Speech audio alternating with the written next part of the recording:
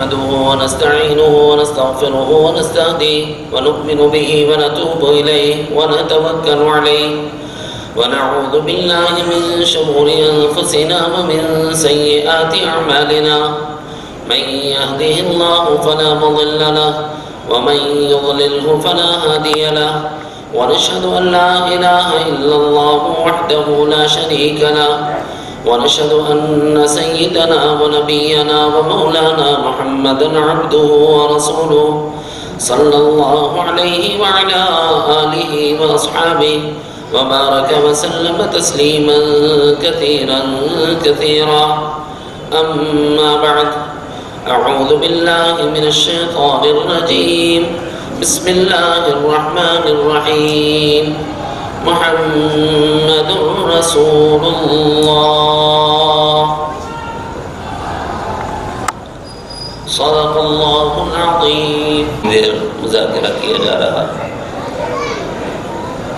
آج کے مہمانوں میں حضرت مولانا مفتی تجمل حسین صاحب دامت برکاتہم بھی ایک مہمان تھے، لیکن ایک دینی تقاضے کی تکمیل کے لیے شہر حیدرآباد میں حضرت کا رہنا ضروری تھا، تو حضرت نے اطلاع دی ہے کہ یہاں آنا تو میرے لیے سعادت کی بات تھی، لیکن دینی تقاضے کی تکمیل کے لیے وہاں بڑے حضرت کی اجازت سے توقف کیا ہے. تو تھوڑی دیر تک کچھ مذاکرہ آپ کے سامنے ہم کرنے کی کوشش کر رہے ہیں. اللہ تعالیٰ ہم سب کو سننے، سمجھنے، اس کے مطابق عمل کرنے کی توفیق عطا فرمائے.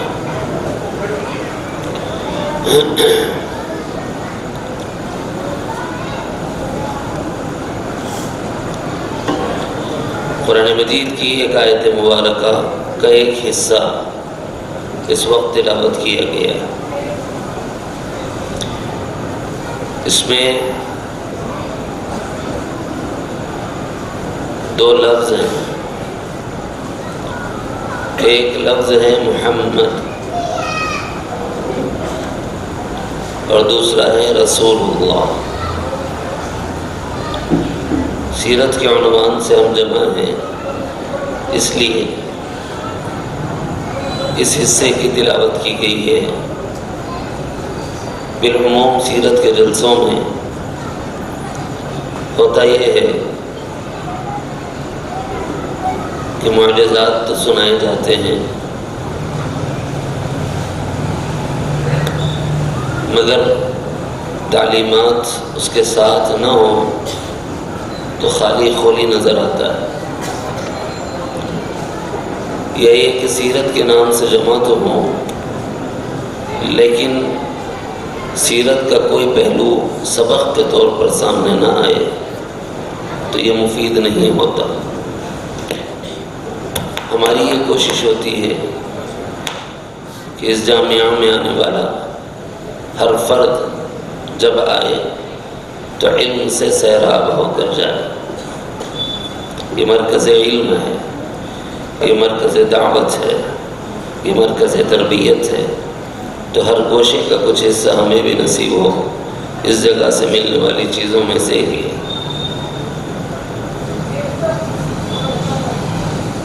مجھے اور آپ کو یہاں جمع ہونے کے بارے میں اتنا تصور ذہن میں رکھ لینا چاہیے کہ ہم جمع ہوئے ہیں امام الانبیاء خاتم النبیین سیدنا محمد رسول اللہ صلی اللہ علیہ وسلم کی سیرت طیبہ کو سننے کے لیے.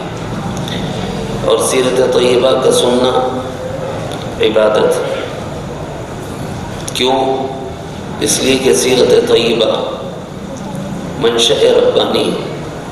جو منشأ ربانی کو پورا کرتا ہے وہ عبادت کرتا ہے.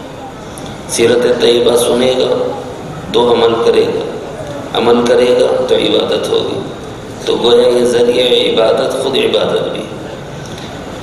اور یہ ذکر خیر نہ صرف یہ کہ عبادت ہے بلکہ باعث برکت ہے۔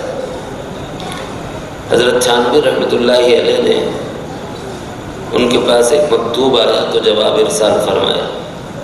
خط آیا کہ حضرت ہمارا جو علاقہ ہے اس علاقے میں طاعون کی وبا پھیل گئی۔ جیسے کسی علاقے میں کوئی مرض پھیل جاتا ہے تو یہ کہا جاتا ہے کہ صاحب نہ اس بستی میں جاؤ نہ اس بستی والے کو بلاؤ، جیسے لاک ڈاؤن کے زمانے میں ہو گیا تھا کہ کہیں دوسرے کو مرض نہ لگ جائے۔ یہ طاعون کی جو وبا ہے وہ بھی اسی قسم کی وبا پھیل جاتی رہتی۔ تو وہاں سے انہوں نے خط لکھا کہ حضرت ہمارا جو علاقہ ہے یہ تمام کے تمام افراد یہاں بیمار پڑے ہوئے ہیں، ایسے میں ہماری رہبری فرمائیں، طب نبوی سے ہمیں کوئی علاج تجویز فرمائیں تاکہ ہم سب بیماروں کو شفا مل جائے۔ حضرت تھانوی رحمۃ اللہ علیہ نے نشر الطب فی ذکر النبی الحبیب صلی اللہ علیہ وسلم نامی سیرت کی ایک کتاب ارسال فرمائی اور ارشاد فرمایا کہ اس کو پڑھو کہ نبی پاک صلی اللہ علیہ وسلم کی سیرت کا پڑھنا اس قدر باعث برکت ہے کہ تمہیں شفا اسی سے مل جائے، وظیفہ کرنے کی ضرورت نہیں، سیرت خود وظیفہ ہے، ایسی باعث برکت چیز۔ تو ہم اور آپ جو جمع ہیں وہ عبادت بھی ہے بشرطے کہ عمل کی نیت، ہم اور آپ جو جمع ہیں وہ باعث برکت بھی ہے بشرطے کہ آدمی مخلص ہو، سنے سمجھے اور اس پر عمل کرے۔ دو جملے میں نے تلاوت کی ہیں، محمد الرسول اللہ، اس پر تھوڑی سی روشنی ڈالی جا رہی ہے۔ ایک ہے محمد، کون ہے یہ؟ کون ہے یہ؟ اگر اکابرین امت کی کتابیں اٹھائیں تو لکھا ملے گا باعث تخلیق کائنات ہے، مقصد تخلیق کائنات ہے، مقصود کائنات ہے، ساری کائنات کا بننا ان کے بنانے کے ارادے پر ہے، وہ نہ ہو تو کچھ نہ ہو۔ اگر وہ نہ بنائے جاتے تو نہ اللہ زمین کو بناتا نہ آسمان کو بناتا۔ وہ اس لیے بنائے گئے ہیں کہ وہ اللہ کا حقیقی تعارف کرانے والے، وہ بندوں کو اللہ سے جوڑنے والے اور منشأ ربانی کی مکمل تصویر بتانے والے، عملی طور پر جناب رسول اللہ صلی اللہ علیہ وسلم کی ذات گرامی۔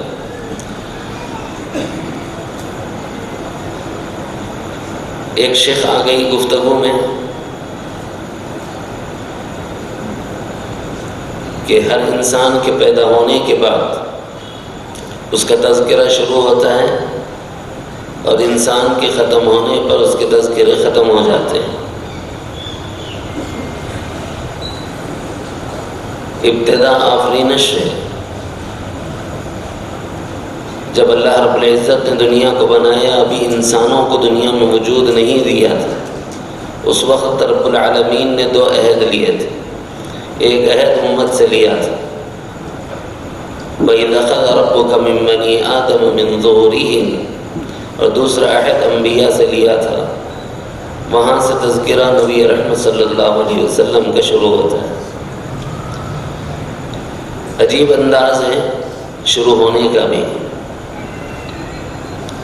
کسی نبی کو نبوت نہ ملتی، کسی نبی کو کتاب نہ ملتی، کسی رسول کو رسالت نہ ملتی، کسی حکیم کو حکمت نہ ملتی اگر وہ یہ اقرار نہ کرتا کہ میں محمد صلی اللہ علیہ وسلم کی تصدیق کروں گا۔ وَإِذَا أَخَذَ اللَّهُ مِيثَاقَ النَّبِيِّينَ لَمَا آتَيْتُكُم مِّن كِتَابٍ وَحِكْمَةٍ ثُمَّ جَاءَكُمْ رَسُولٌ مُصَدِّقٌ لِّمَا مَعَكُمْ لَتُؤْمِنُنَّ بِهِ وَلَتَنصُرُنَّهُ۔ اے نبیوں کی مقدس جماعت، میں تمہیں نبوت سے سرفراز تو کرنا چاہتا ہوں۔ اے رسولوں کی مبارک جماعت، میں تمہیں رسالت سے سرفراز کرنا چاہتا ہوں۔ اے حکماء کی جماعت، میں تمہیں حکمت سے سرفراز کرنا چاہتا ہوں۔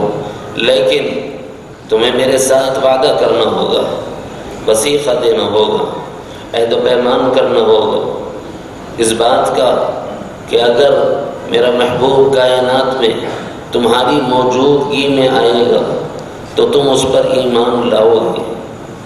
قد جاءکم رسول ثم جاءکم رسول، اس کی پہچان کیا ہے، اس کی علامت کیا ہے، اس کی نشانی کیا ہے؟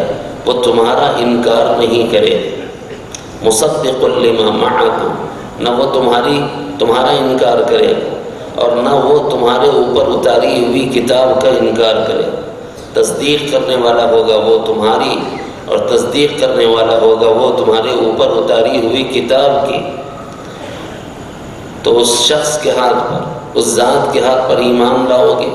لَتُؤْمِنُنَّ بِهِ وَلَتَنْصُرُنَّ، تمہاری نبوت اپنی جگہ، تمہاری رسالت اپنی جگہ، تمہاری کتاب اپنی جگہ، تمہیں دی جانے والی حکمت اپنی جگہ، مگر اب تم اس کی مدد کرو گے اپنی تمام تر قابلیتوں کے ساتھ۔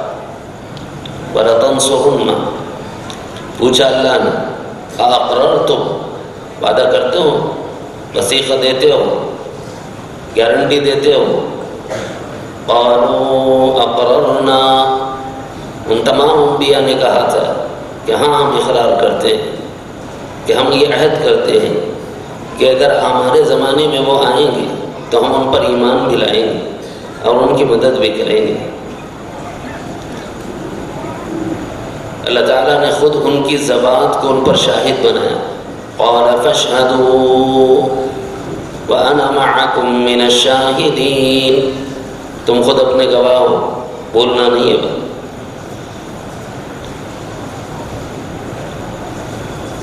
علامہ ابن کثیر رحمۃ اللہ علیہ نے اس آیت کی تفسیر میں لکھا ہے، حضرت سیدنا علی مرتضیٰ رضی اللہ عنہ راوی ہیں اور سیدنا ابن عباس رضی اللہ عنہ راوی ہیں۔ اس کے بعد ہر نبی اپنی امت سے یہ کہتا تھا کہ اگر میری موجودگی میں آئے گا تو میں بتا دوں گا، لیکن اگر میرے جانے کے بعد آئے تو تم اس پر ایمان لا لینا۔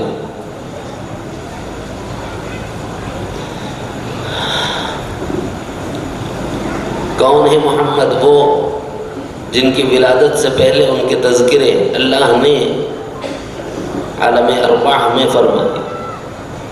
اس دنیا میں آئے ہیں تو اس شان کے ساتھ کہ اس وقت میں سیدہ حلیمہ سعدیہ نے جناب رسول اللہ صلی اللہ علیہ وسلم کے رخ انور سے، چہرے مبارک سے ردائے مبارک کو ہٹا کر دیکھا تو بے قرار ہو کے کہنے لگی کہ آمنہ، تمہارا یہ جو لال ہے یہ ایسا حسن و جمال کا پیکر مجسم ہے کہ میری زندگی کا مقصد ہی بس بچوں کی پرورش کرنا ہے۔ میں گاؤں گاؤں اور دیہات دیہات پھری ہوں، ایسا حسن و جمال کا پیکر مجسم میں نے نہیں دیکھا۔ کون ہے محمد؟ یہ ہے اپنے اندرون میں، اپنی ذات میں اپنے دو تعارف رکھتے ہیں۔ آپ کی حیثیت اور آپ کی پہچان اس زاویے سے بھی ہوتی ہے کہ آپ ہیں محمد ابن عبداللہ، اور آپ کی پہچان اس زاویے سے بھی ہوتی ہے آپ ہیں محمد الرسول اللہ۔ ہم جو تعارف کرا رہے ہیں ابھی وہ محمد ابن عبداللہ کا تعارف کرا رہے ہیں۔ کون ہیں آپ؟ حسن و جمال کے پیکر مجسم، ایسا حسین چہرہ کہ حلیمہ نے کہا کہ میں نے دیہاتوں میں نہیں دیکھا، تو آمنہ نے کہا تم تو دیہاتوں کی رہنے والی ہو، دیہاتوں میں پلنے بڑھنے والی ہو، تمہاری دوڑ دیہات سے دیہات تک ہے، میں شہر کی رہنے والی ہوں، شہروں شہروں میرا جانا ہوتا ہے، لیکن میں نے تمام شہروں میں ایسا حسن و جمال کسی کا نہیں دیکھا۔ اسی وقت آپ کے دادا موجود تھے، آپ کے والد گرامی کا انتقال ہو گیا تھا، تو دادا نے کہا کہ آمنہ، حلیمہ، تم دیہاتوں میں دیکھ رہی ہو، وہاں ایسا چہرہ نہیں نظر آیا کیونکہ تمہاری پہنچ وہاں تک ہے۔ اور پھر آمنہ سے کہا آمنہ، تم شہروں کو جاتی ہو تو شہروں میں تم نے دیکھا ہے، لیکن وہاں تمہیں ایسا حسین و جمیل چہرہ نظر نہیں آیا۔ میں تو تجارت کی غرض سے ملکوں جاتا ہوں، مشرق میں مغرب میں، شمال میں جنوب میں، تمام ملکوں میں پھرنے کے بعد میں یہ کہتا ہوں کہ ایسے حسن و جمال کا پیکر مجسم میں نے آج تک نہیں دیکھا۔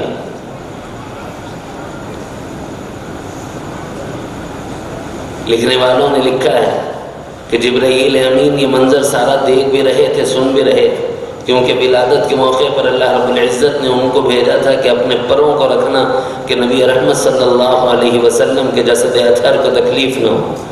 تو وہیں تو تھے۔ کہتے ہیں جبرائیل یہ منظر دیکھ ہی رہے تھے تو انہوں نے کہا کہ ایک ہے دیہات میں پھرنے والا، ایک ہے شہر میں پھرنے والا، اور ایک ہے ملکوں میں پھرنے والا۔ جب سے دنیا بنی ہے اب تک میرا کام ہی پھرتے رہنا ہے، کیا مشرق کیا مغرب، کیا شمال کیا جنوب، کیا زمین کیا آسمان، کیا نوری مخلوق کیا ناری مخلوق، کیا بشری مخلوق، مجھ سے چھپا ہوا تو کچھ ہے ہی نہیں، سب کچھ میری نظر کے سامنے ہے۔ پورے عالم کا چکر میں نے لگایا، مجھے کہیں ایسا حسن و جمال نظر نہیں آیا۔ کیوں؟ اس کا جواب دیتے ہوئے یوں کہا، رحمت الہی جوش میں آئی اور جبرائیل کو متوجہ متنبہ کیا کہ جبرائیل تو دیکھتا اس وقت نہ جب کارخانہ خدا بندی میں محمد جیسا کوئی دوسرا ہوتا۔ خدا نے اپنی خدائی میں محمد سے زیادہ حسین و جمیل کسی کو بنایا ہی نہیں۔ اسی لیے حضرت شاہ صاحب دامت برکاتہم نے لکھا ہے، حسن ظاہر میں آپ اجمل ہیں، حسن ظاہر میں آپ اجمل ہیں، خلق باطن میں آپ اکمل ہیں، بے تأمل یہ عقل کہتی ہے کل خلائق میں آپ افضل ہیں۔ حضرت شاہ صاحب انشاءاللہ تشریف لائیں گے، حضرت ہی کا کی رمائی ہے۔ اور کیوں نہ ہو، اس کو سند حاصل ہے، اس جملے کو سید عالم جناب محمد رسول اللہ صلی اللہ علیہ وسلم کی ہجو کرنے والے پلیدوں نے زمانہ نبوت میں بھی ہجو کی۔ کبھی آپ کو شاعر کہا، کبھی ساحر کہا، کبھی دیوانہ اور مجنوں کہا۔ خود قرآن مجید شاہد ہے، اللہ رب العزت نے فرمایا نہ تو آپ ساحر ہیں، نہ آپ مجنون ہیں، نہ آپ دیوانے ہیں، نہ آپ کو شاعری زیبا ہے، آپ کی شان ہی نرالی اور آپ اعلیٰ و افضل ہیں۔ نبی رحمت صلی اللہ علیہ وسلم کے بارے میں لوگ ہجو کرتے تھے، اس کا تذکرہ قرآن میں ہے، لیکن اس ہجو کا کبھی کبھی جواب بھی دیا گیا اور دینا پڑتا ہے، اور اس زمانے میں بھی دینا پڑے گا اور دینا ہوگا۔ نہیں دو گے تو ایمان خطرے میں۔ اس زمانے میں جواب دے دوں پھر آگے چلیں۔ اس زمانے میں بھی گستاخوں نے گستاخی کی تو بعض لوگوں نے اس سے سور سے تشبیہ دی کہ یہ سور نے ایسا کہا ہے۔ میں یہ کہتا ہوں کہ ایسے گستاخ کو سور کہنا سور کی توہین ہے۔ کیوں؟ کل قیامت کا میدان ہوگا،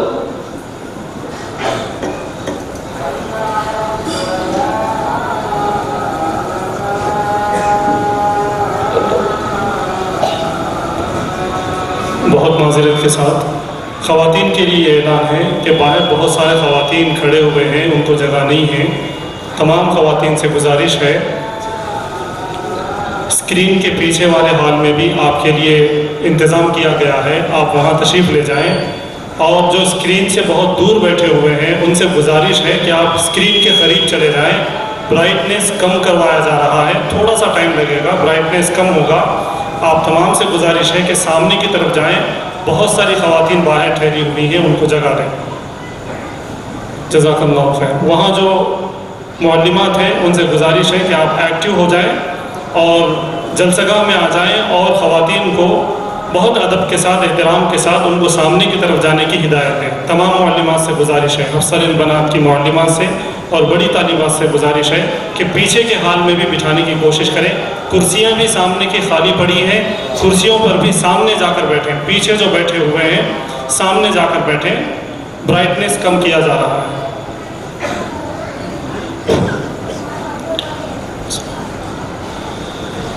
اور اطمینان سے تشریف رکھیں۔ میرے بعد حضرت کی بات ہوگی، حضرت کی بات کے بعد نماز ہوگی، نماز کے بعد آپ کے لیے کھانے کا بھی انشاءاللہ نظم ہے۔ پورے بشاشت سے بیٹھے ہوئے ہیں کہ نہیں؟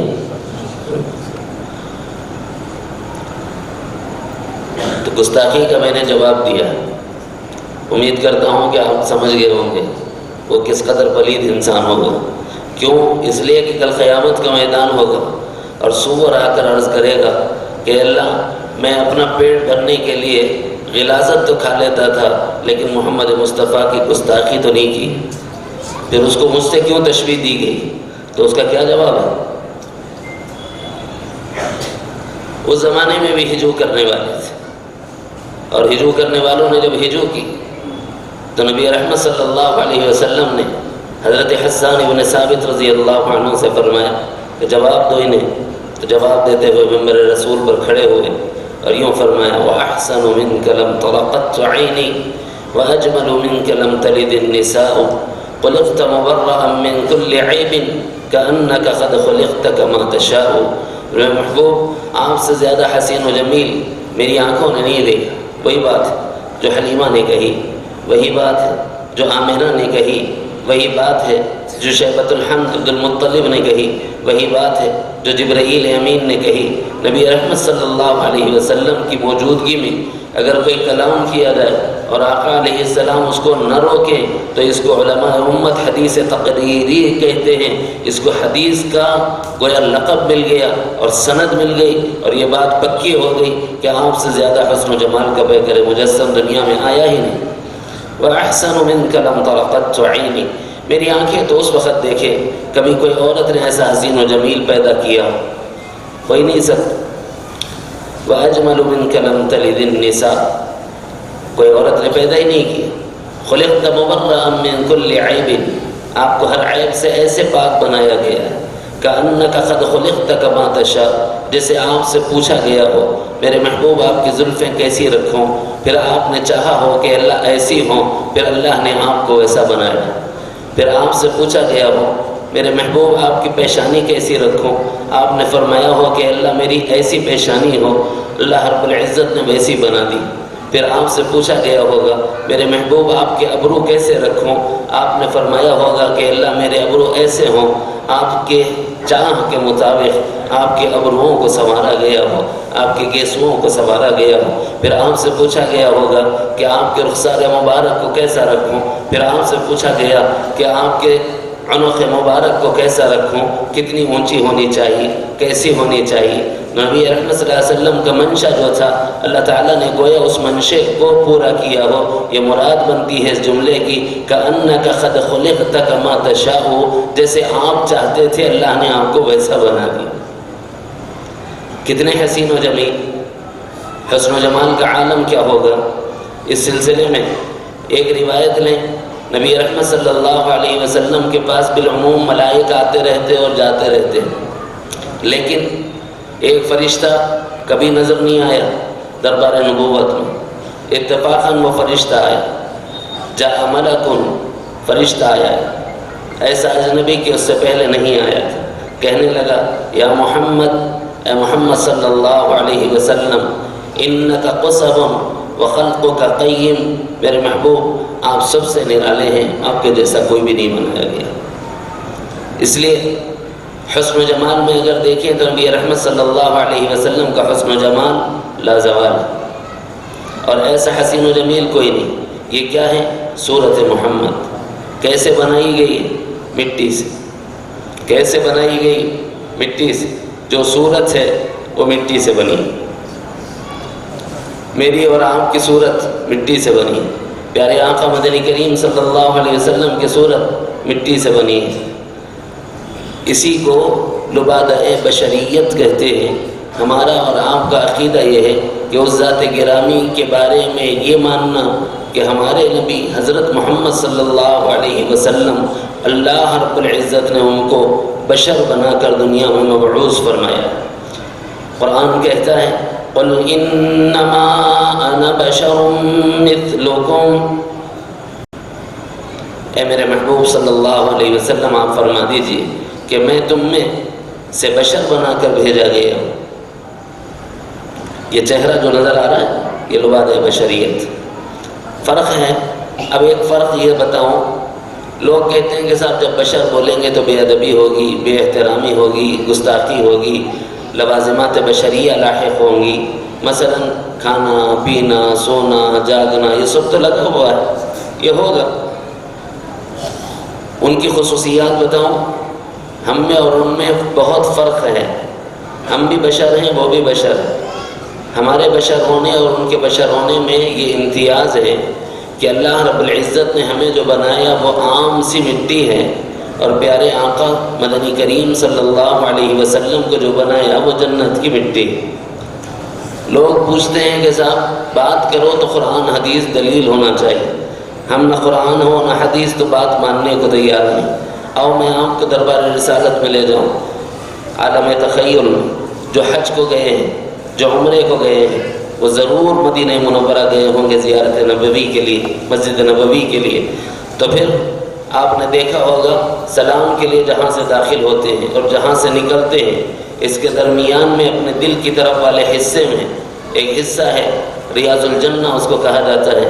وہاں ایک حدیث لکھی ہوئی ہے، ما بین بیتی و منبری روضۃ من ریاض الجنہ، میرے حجرے اور میرے روزے کے درمیان جو حصہ ہے یہ جنت کی کیاریوں میں سے ایک کیاری ہے۔ اسی لیے میں نے کہا ہمارے بارے میں، بشریت کے بارے میں اللہ قرآن مجید میں یہ کہتا ہے کہ تم مٹی سے بنائے گئے ہو۔ ثبوت قرآن مجید کی آیت ہے، منہا خلقناکم وفیہا نعیدکم ومنہا نخرجکم تارۃ اخری، تم اسی مٹی سے بنائے گئے ہو، جس مٹی سے بنائے گئے ہو اسی میں جاؤ، جس مٹی سے بنائے گئے ہو اسی میں جاؤ، اور قیامت کے دن اسی مٹی سے اٹھایا جاؤ۔ نبی رحمت صلی اللہ علیہ وسلم کہاں آرام فرمائے؟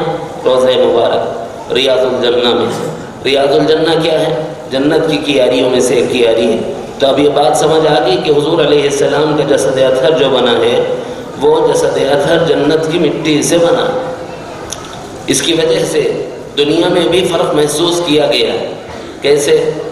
بشر کے تقاضے کیا ہیں؟ بشر کا تقاضا یہ ہے کہ جب کوئی آدمی محنت کرتا ہے تو پسینہ آتا ہے۔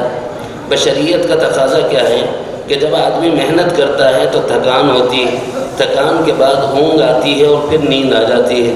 بشریت کا تقاضا کیا ہے؟ بول و براز کا گویا تقاضا محسوس کرتا ہے۔ بشریت کا تقاضا کیا ہے؟ نکاح کا تقاضا محسوس کرتا ہے۔ یہ بشریت کے تقاضے اور لوازمات بشریہ کہلاتے ہیں۔ اب حضور کو یہ بولیں گے تو مشکل ہو جائے گی، یہ سمجھتے ہیں۔ نہیں میرے دوست، اس میں بھی آپ امتیاز کر سکتے ہیں۔ وہ فرق ہم جو محسوس کرتے ہیں روایات کی روشنی میں یہ ہے کہ ہم جب محنت کرتے ہیں اور پسینہ نکلتا ہے تو ہمیں چاہنے والی ماں، ہمارے لیے رات بھر جاگنے والی ماں اور ہمارے لیے دن بھر محنت کرنے والا باپ ہم سے یہ کہتا ہے کہ بیٹے غسل کر لو بہتر رہے۔ ہم محنت کرتے ہیں، پسینہ نکلتا ہے، ہم پر عشق و محبت کے دعوے کرنے والی ہماری بیوی ہم سے کہتی ہے کہ غسل کر لیجئے مناسب رہے۔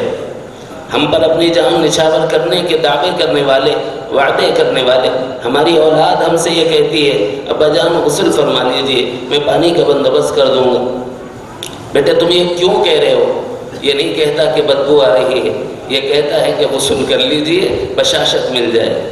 ادب ہے اپنی جگہ، لیکن صاف لفظوں میں بولیں تو ہم محنت کریں گے، پسینہ نکلے گا، بدبو آئے گی، اسی وجہ سے سب غسل کے لیے کہہ رہے ہوتے ہیں۔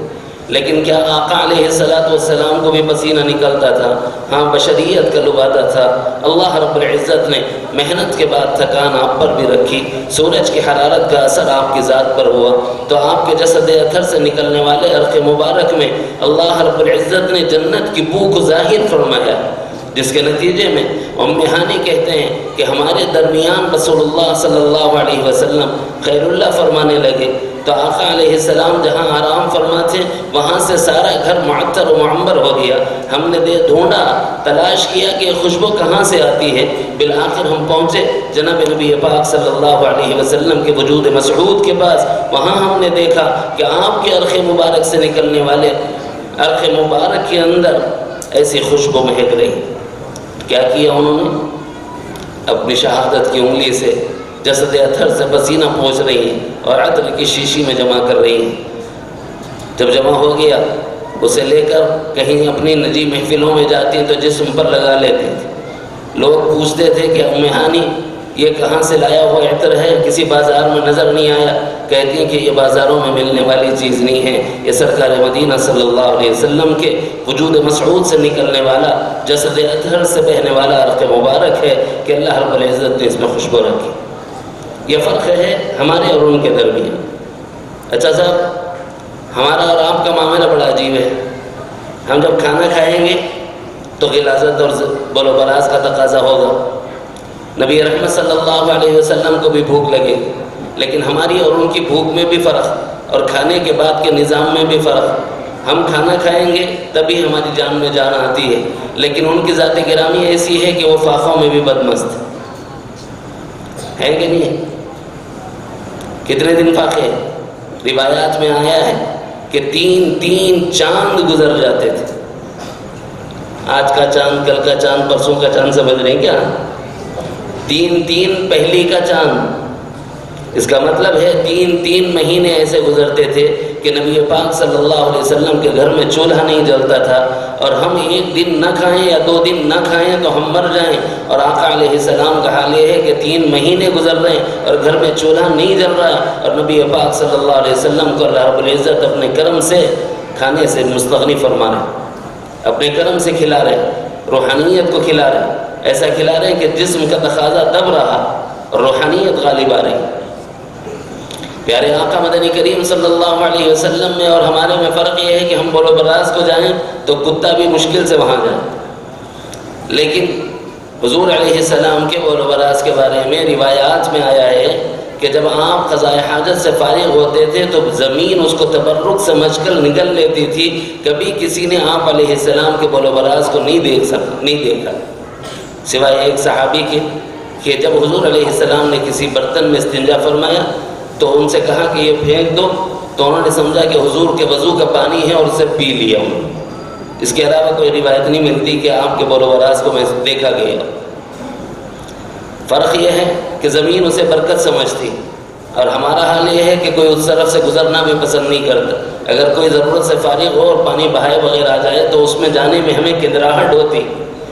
یہ ہمارے وجود کا حال، اور ان کے وجود چونکہ جنت سے بنا ہے تو فرق ظاہر فرمایا اللہ نے بول و براز میں بھی، فرق ظاہر فرمایا اللہ نے بھوک میں بھی، فرق ظاہر فرمایا اللہ نے عرق مبارک میں بھی۔ اچھا صاحب، پیٹ بھر کے کھانا کھاتے ہی نیند آتی ہے کہ نہیں آتی؟ نیند آ جاتی ہے، تقاضا ہوتا ہے، فوری بولتے ہیں صاحب تھوڑا سا میں آرام کر لوں، بڑی بے چینی ہے طبیعت میں۔ نبی علیہ السلام ایک مرتبہ آرام فرمانے لگے، اٹھے اور مصلی پہ کھڑے ہو گئے، کیونکہ اللہ تعالیٰ کا حکم تھا فَتَهَجَّدْ بِهِ نَافِلَةً لَكَ عَسَىٰ أَن يَبْعَثَكَ رَبُّكَ مَقَامًا مَحْمُودًا۔ جب سارا عالم قاب غفلت سو رہا ہو، آپ تہجد کے لیے کھڑے ہو جائیے کہ اللہ تعالیٰ ممکن ہے اس کی برکت سے آپ کو مقام محمود عطا فرمائے۔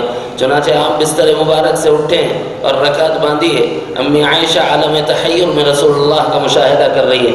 ایک تھوڑی دیر میں جب آپ اپنی نماز سے فارغ ہوئے تو استعجاب و تحیر کے عالم میں عائشہ کو دیکھا رضی اللہ عنہا۔ پوچھا کہ عائشہ اس استعجاب و تحیر کی وجہ کیا ہے؟ کہا یا رسول اللہ صلی اللہ علیہ وسلم، کیا اللہ رب العزت نے مسئلے میں تخفیف فرما دی ہے کہ پہلے حکم تھا کہ اگر انسان کھائے اور سو جائے، آرام کرنے لگے، نیند لگ جائے، جب نیند لگ جائے تو اٹھے تو وضو کرے پھر نماز پڑھے، یہی مسئلہ ہے، ابھی بھی یہی ہے۔ جب حضور کو دیکھا تو ایسا نہیں کیا، تو اس پر مجھے استعجاب ہے، تحیر ہے اور سوال ہے کہ کیا اللہ نے مسئلے میں تخفیف فرما دی؟ تو پیارے آقا مدنی کریم صلی اللہ علیہ وسلم نے ارشاد فرمایا، عائشہ مجھے نیند آئے گی کہ تم میں سے ہوں، لیکن میری آنکھ سوتی ہے، دل نہیں سوتا، اس لیے وضو کی ضرورت تمہیں ہے، مجھے نہیں۔ کیوں؟ جب دل سوتا ہے غافل ہو جاتا ہے، آنکھ سوتی ہے دل جاگ رہا ہو تو غفلت نہیں ہوتی، اور حضور کبھی غافل ہو ہی نہیں سکتے۔ ایسی ہمارے نبی کی ذات گرامی ہے، وہ ذات گرامی اللہ رب العزت نے مجھے اور آپ کو عطا فرمائی ہے، تو میرے اور آپ کے ایمان کا حصہ ہے کہ اس ذات گرامی پر ایمان لائیں، کیونکہ نبیوں سے اللہ نے وعدہ لیا اگر ہم اس ذات پر ایمان نہیں لائیں گے تو ہماری نہ دنیا بن سکتی ہے نہ آخرت۔ علماء امت نے لکھا ہے اگر کوئی بندہ اللہ تعالیٰ کی وحدانیت کا قائل بھی ہو جائے بلکہ عالم مشاہدہ میں کچھ مجاہدات کر کے اللہ کا عارف بھی ہو جائے کہ مشاہدات عالم میں اللہ کا جلوہ دیکھ رہا ہو، لیکن اس کے بعد وہ کہتا ہے کہ میں اللہ کا جلوہ دیکھ رہا ہوں، میں یہ تو مانتا ہوں لا الہ الا اللہ، لیکن یہ نہیں کہتا محمد الرسول اللہ، فرمایا اس کا ایمان کامل نہیں، اس کا ایمان معتبر ہی نہیں۔ جب تک کوئی بندہ محمد الرسول اللہ کے ساتھ کلمے کی تکمیل نہیں کرے گا وہ ایمان معتبر نہیں ہوتا۔ وہ ہے محمد صلی اللہ علیہ وسلم، کون ہے؟ اپنا ایک وجود مسعود رکھتے ہیں، کون ہے؟ حسن ظاہر میں باکمال حسن رکھتے ہیں، کون ہے؟ عبداللہ کے بیٹے ہیں، آمنہ کے لال ہیں، کون ہے؟ مکہ مکرمہ کے سرزمین پر اللہ نے ان کو ولادت عطا فرمائی، لیکن اپنی ولادت سے امت کی تعلیم فرما رہے ہیں، اپنی ولادت سے امت کی تعلیم فرما رہے ہیں۔ وہ تعلیم یہ ہے، اگر غور کریں گے تو پتہ چلے گا، یہ جملے میرے نہیں ہیں، شواہد النبوہ میں عبد الرحمن جامی رحمۃ اللہ علیہ نے لکھ رکھے ہیں، فرمایا کہ حضور علیہ السلام کا معاملہ ہی نہیں بلکہ سارے عرب کا معاملہ یہ تھا کہ شہروں والے اپنے بچوں کو دودھ پلانے کے لیے دیہاتوں کو بھیج دیا کرتے تھے کہ دو فائدے ہو جاتے، ایک یہ کہ صاف ستھری اور شفاف آب و ہوا انہیں دیہاتوں میں میسر آ جاتی شہر کے مقابلے میں، اور دوسرے یہ کہ عرب میں شہروں میں دوسرے ملکوں کی آمد و رفت رہتی تو دوسرے ملک کے افراد کی آمد و رفت رہتی تو زبان خلط ملط ہو گئی تھی، لیکن دیہاتوں میں باہر کے لوگوں کا جانا نہیں ہوتا تو زبان محفوظ رہتی، تو عرب اپنے بچوں کو دیہاتوں میں پرورش کرانا چاہتے تھے۔ تو حضرت حلیمہ سعدیہ اسی زمرے میں آتی ہیں کہ وہ بھی تلاش میں بچے کی مکہ مکرمہ آئی تھی، جب وہ ان سے پہلے نبی رحمت صلی اللہ علیہ وسلم کو لینے کے لیے آنے والیاں تھیں، اللہ رب العزت نے اس نبی کے بارے میں اتنا انتخاب فرمایا ہے، اتنی چھنائی اور اتنی چھٹائی کی ہے کہ آپ اندازہ نہیں کر سکتے۔ علماء نے لکھا ہے کہ حضور علیہ السلام کو دودھ پلانے والیاں جب آتی تو اللہ رب العزت فرشتوں کو وہاں رکھے ہوئے تھے، فرشتے ان کو وہاں سے ہٹا دیتے تھے کہ تو قابل نہیں محمد مصطفیٰ کو دودھ پلانے کی۔ انتخاب ہے اللہ تعالیٰ، یہاں تک کہ حلیمہ آئی تو پھر ان کو کیوں منتخب کیا گیا؟ فرمایا ان کے نام میں حلم تھا، نبیوں کا امام ہے، حلیم التبا ہے، دنیا میں حلیموں کا امام آنے والا تھا، تو حلیمہ کا دودھ پلانا اللہ نے چاہا، ان کے نام کا انتخاب کیا۔ آنے والی کون ہے اس کے نام میں مناسبت ہے میرے نبی کی صفات سے، یعنی یہ دیکھا گیا نبی کی صفت حلم تھی تو اللہ تعالیٰ نے حلیمہ کا دودھ پلایا۔ یہاں تک کہ بھیجے جانے میں مختلف دیہات تھے، کہیں بھیجے جا سکتے تھے، لیکن رب تعالیٰ نے ایسا نہیں کیا کہ ایک دوسری جگہ کہیں بھیج دیا ہو۔ بھیجنے کے لیے میرا محبوب کہاں جا رہا ہے اس جگہ کا نام منتخب فرمایا، وہاں جانے کے لیے جس جگہ جا رہے ہیں وہ جگہ ہے بنو سعد۔ یہ بھی سعید، یہ صفت کے اعتبار سے سعید، یہ امام الاسعدہ، امام السعداء جب یہ ہیں تو ان کو جہاں بھیجا جانا ہے وہ جگہ پاکیزہ ہونی چاہیے نہیں، سعادت والی ہونی چاہیے نہیں، تو بنو سعد میں نبی علیہ السلام کو بھیجا گیا، تو وہاں بھیجنے سے پہلے اللہ نے اس علاقے کا نام بھی چنا ہو۔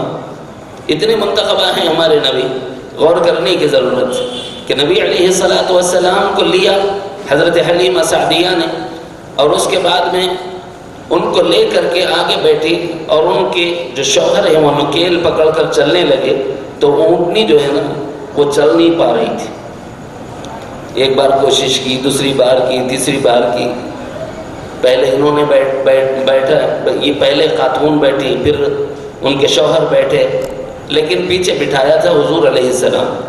ایک قول کے مطابق شوہر سامنے تھے، حضرت حلیمہ پیچھے تھیں اور ان کی گود میں حضور علیہ السلام، اور دوسری طرف والے حصے میں ان کا اپنا بیٹا تھا۔ ٹھیک، شواہد النبوہ کا حوالہ ہے۔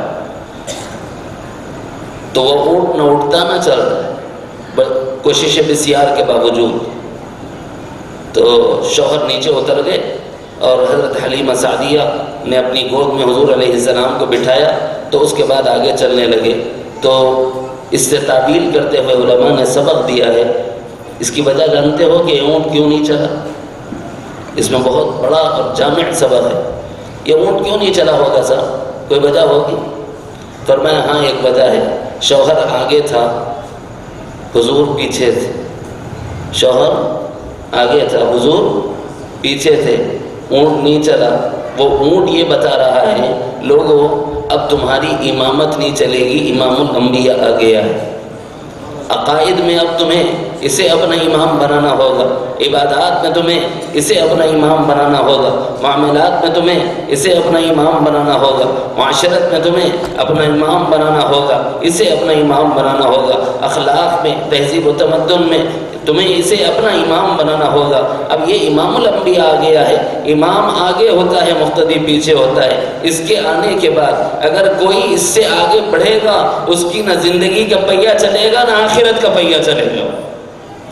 زندگی اور آخرت کے دو پہیے، زندگی کا پہیہ بھی امام الانبیاء صلی اللہ علیہ وسلم کی متابعت میں، اور آخرت کی نجات بھی امام الانبیاء کی متابعت میں ہے۔ دنیا اور آخرت چاہتے ہو تو بھی، دنیا چاہتے ہو تو بھی، آخرت چاہتے ہو تو بھی اتباع کرنی پڑے گی جناب محمد رسول اللہ صلی اللہ علیہ وسلم کی۔ اگر ان کو آگے نہ رکھو گے، اپنی جملہ باتوں میں جتنی باتیں میں نے کی، عقائد میں، عبادات میں، معاملات میں، معاشرت میں، اخلاق میں، تہذیب میں، تمدن میں، تو یاد رکھ لو انہیں جو پیچھے ڈالے گا اس کی زندگی کا پہیہ جام۔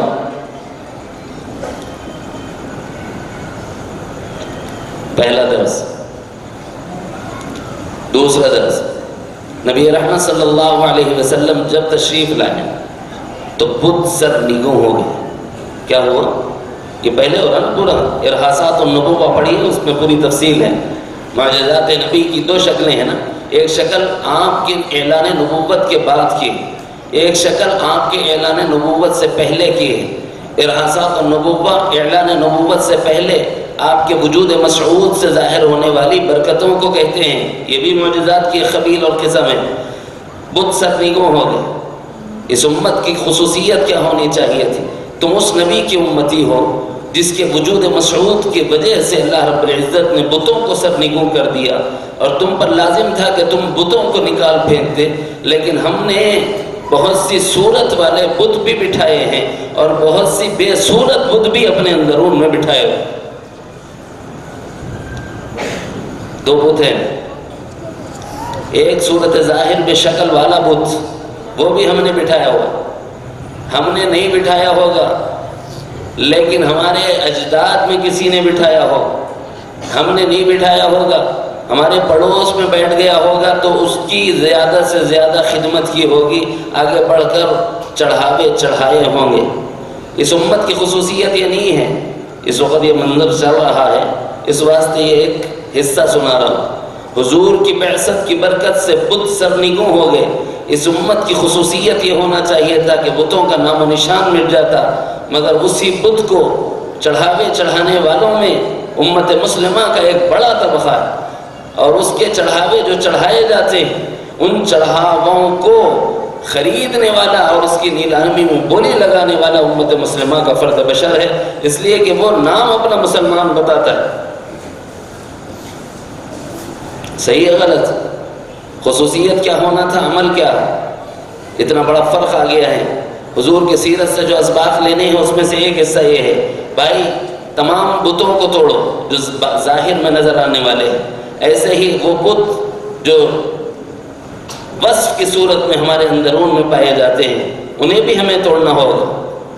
کبر کا بت، انا کا بت، حب جاہ کا بت، حب مال کا بت، حب اولاد کا بت، یہ سب نکالنا پڑے۔ یہ میں اپنی طرف سے نہیں بول رہا ہوں، حضرت عبداللہ شاہ صاحب نقشبندی رحمۃ اللہ علیہ نے معراج نامہ کتاب لکھی، بڑی حضور علیہ السلام کے سفر معراج پر۔ انہوں نے اپنی کتابوں میں ایک بات لکھی ہے کہ ان کے پاس آنے والے لوگوں میں ایک شخص آیا اور آ کے یوں کہا کہ حضرت میں آپ سے بیعت ہونا چاہتا ہوں، مجھے اللہ دے دو، میں آپ سے بیعت ہونا چاہتا ہوں، مجھے اللہ دے دو۔ اللہ والوں کے پاس اللہ لینے ہی جانا چاہیے، مگر ذرا اپنی قابلیت بھی جھانک لے کے جانا چاہیے، ٹھیک ہے؟ کیا کہا؟ مجھے اللہ دے دو۔ حضور حضرت عبداللہ شاہ صاحب نقشبندی رحمۃ اللہ علیہ، اللہ تعالیٰ نے انہیں صاحب کشف بھی فرمایا تھا، بنایا تھا۔ انہوں نے توجہ کی اس سالک کے قلب پر کہ واقعی یہ اللہ کو لینے کا حامل ہے یا نہیں ہے، قابل ہے یا نہیں ہے، تو اس کے بعد کہا کہ تیرا دل ہے کہ دیول ہے؟ تیرا دل ہے کہ دیول ہے؟ کیوں؟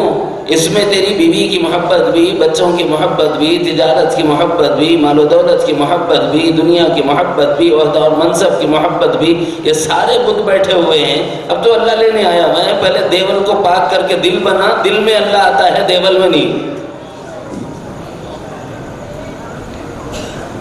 تو ہم نے بھی بنایا کہ نہیں، کچھ بت باہر رکھے اور کچھ بت اندر۔ اپنے باہری بت جو ہیں وہ بھی کسی قسم کی ہماری جانب سے خدمت نہیں ہونی چاہیے۔ ارے صاحب نہیں معلوم تھا کیا کرنا، آپ بیٹھا ہوا ہے اور چندہ مانگنے آئے تو دے دیا تھا، غلطی ہو گئی، کروں کیا؟ نمبر ایک، اسی وقت اسی جگہ اگر کسی نے یہ غلطی کی ہے، تجدید ایمان کرے، کہے اشہد ان لا الہ الا اللہ و اشہد ان محمد عبدہ و رسول۔ نمبر ایک۔ دوسرا کام یہ کرے کہ یوں نیت کر لے کہ اللہ میں نے جو دیا ہے وہ اس کے بھوکوں کو کھلانے کے لیے، ان کے ننگوں کو پہنانے کے لیے، ان کے بیماروں کی دوا کے لیے میں نے دیا ہے۔ اگر وہ بت پہ چڑھائیں تو میں ذمہ دار نہیں، بچو گے، ورنہ پیٹو گے۔ کیسے پیٹیں گے؟ اکثر و بیشتر لوگ آتے رہتے ہیں اور یہ کہتے ہیں کہ مول صاحب نرسو بہت ستا رہا، نیچے اوپر گھر کو رکھ دیا، بولے پورے گھر کو۔ ہمارے کیلکو میں تم نہ کچھ تو بھی پوچھتے تھے کیا؟ خدا کی قسم مول صاحب کبھی دیکھے بھی نہیں ہم لوگوں سے۔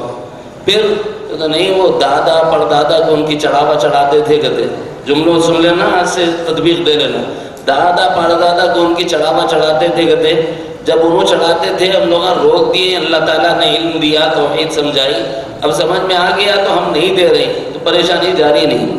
آج آپ کرو گے، آپ کی اولاد کو پریشانی بھگتنی پڑے گی کہ بعد میں چڑھاوے رک جائیں گے تو وہ زندگی بھر پریشان کرے گا، اور تمہاری اولاد تمہیں کوسے گی۔ کاش کہ ان کو تھوڑی سمجھ ہوتی اور انہوں نے بت کو چڑھاوے نہ چڑھائے ہوتے تو آج ہماری یہ حالت اور ہماری یہ درگت نہ ہوتی۔ اس سے یہ سبق لیتے ہوئے آگے بڑھے۔ ہمارے نبی تو وہ تھے جو بتوں کو مٹانے کے لیے، اور ہم کیا کر رہے ہیں؟ انہی بتوں کو بڑھاوا دے رہے۔ یہ نہ ہو۔ نبی رحمت صلی اللہ علیہ وسلم کی بچپن کی جو زندگی، میں نبوت سے پہلے والا حصہ اس لیے سنا رہا ہوں کہ نبوت کے بعد والا حصہ انشاءاللہ حضرت سے سننے کا ہمیں موقع ملے گا۔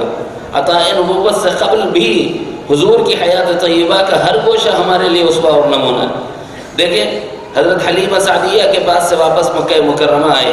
مکہ مکرمہ میں جب آپ طفولیت سے آگے بڑھ کر لڑکپن میں داخل ہو گئے، 10-12 سال کی عمر کے ہو گئے، تو فکر غالب ہو گئی کہ میرے چچا پر اور میرے دادا پر میری ذمہ داری ہے، میں ان پر بوجھ نہ بنوں۔ اے امت کے نوجوانوں، اس جملے میں سبق ہے ہمارے لیے۔ وہ سبق کیا ہے؟ آج بیٹے کی عمر کیا ہے، باپ کی عمر کیا ہے؟ غور کرو، باپ ہے 80 سال کا، کیا کر رہا ہے؟ تجارت۔ کیا کر رہا ہے؟ ملازمت۔ کیا کر رہا ہے؟ ریڑھی چڑھا رہا ہے۔ کیوں صاحب اولاد نہیں ہے؟ بولے ہے مگر نوکری نہیں کرتی، گھر میں بیٹھ کے کھاتی ہے۔ کیوں؟ ہمارے معیار کا جاب نہیں ہے۔ ہماری کوالیفیکیشن کے حساب سے، ہماری تعلیم کے حساب سے ہمیں ملازمت نہیں مل رہی، اس واسطے ہم تجارت اور ملازمت نہیں کر رہے، گھر میں پڑے ہوئے اور باپ باہر دھوپ میں سڑا محنت کر رہا ہے، مزدوری کر رہا ہے۔ میرے آقا مدنی کریم صلی اللہ علیہ وسلم نے تعلیم دی ہے، اگر تم شعور والے ہو گئے ہو تو باپ کی کمائی میں اس پر بوجھ نہ بنے، اس کی جو تدبیر کر سکتے ہو کرو۔ اور پوری امت جانتی ہے، سیرت میں لکھا ہے سیرت نگاروں نے کہ نبی رحمت صلی اللہ علیہ وسلم نے اسی وقت سے بکریاں چرانا شروع فرمائی، مکہ مکرمہ کے پہاڑوں کے درمیان۔ اہل مکہ کی چند قیرات کے عوض میں بکریاں لیتے تھے اور چراتے تھے، کوئی کام ہلکا نہیں۔ ہمارے والد گرامی فرمایا کرتے تھے رحمت اللہ علیہ کہ بھائی حلال کمانے کے لیے کوئی کام ہلکا نہیں۔ رزق حلال کی برکت یہ ہوتی ہے کہ اولاد اولیاء میں سے بنتی ہے۔ ثبوت سیدنا عبد القادر جیلانی رحمت اللہ علیہ کی ذات گرامی ہے کہ ان کے والد نے ایک لقمہ حلال کے لیے جو مشقت کی، نتیجے میں اللہ نے ایسی ولی ذات ان کی اولاد میں پیدا فرمائی۔ سمجھ رہے؟ حلال محنت ہلکی نہیں ہوتی، ہم اس کو ہلکا سمجھتے ہیں۔ باپ کا کچھ دست و بازو بنو، کیوں؟ یہ ہماری نبی کی سیرت کا حصہ ہے کہ میرے نبی 12.5 سال کی عمر سے یہ سوچ رہے کہ میرے چچا کو مشقت نہ ہو، میرے گھر والوں کو مشقت نہ ہو۔ تجارت کے لیے ملک شام جانے لگے، راستے میں راہب نے روک دیا کہہ کر کہ تم ان کو لے جا رہے ہو، یاد رکھنا جہاں لے جا رہے ہو اہل روم ہیں، وہ اس بچے کو دیکھیں گے تو اس کی جان کے در پر آ جائیں گے، تم انہیں واپس لے جاؤ۔ تو یہ سفر بتاتا ہے کہ حضور تجارت میں اپنے چچا کے معاون بننا چاہتے تھے. اس سے پتہ چلا کہ ہمیں اپنے باپ کا معاون بننا چاہیے. باپ کی روٹیاں سیکنے میں اتنے مشغول نہ ہو جاؤ کہ اس کی خدمت سے غافل ہو جاؤ اور بڑھاپے میں بھی اسے محنت اور مشقت کرنے کی ضرورت پیش آئے.